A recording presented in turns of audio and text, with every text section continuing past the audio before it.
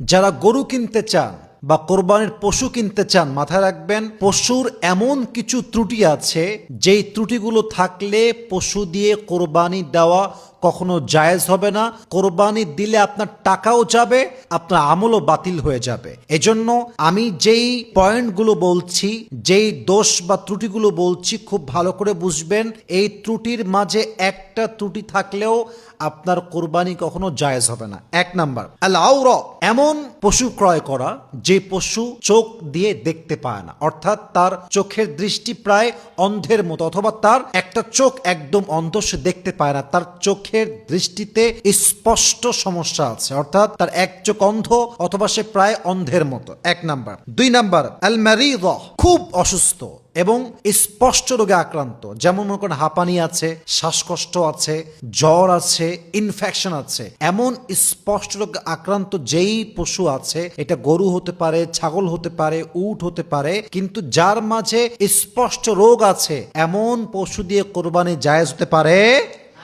তিন number, আল-আরজা, lame or লিম্পিং, এমন পশু যে খোড়া কেমন, হাঁটতে পারে না, এমন খোড়া যে উঠে দাঁড়াতে পারে না, এতটাই খোড়া সে, এমন পশু দিয়ে কোরবানি জায়েজ নেই। চার নাম্বার, আল-আজফা, এক্সট্রিমলি উইক, পশুটা এতটাই দুর্বল যে তাকে যদি আপনি শোয়াই দেন সে উঠতে পারে না, এত দুর্বল সে, এতটা উইক সে, এমন পশু দিয়ে কোরবানি জায়েজ নেই।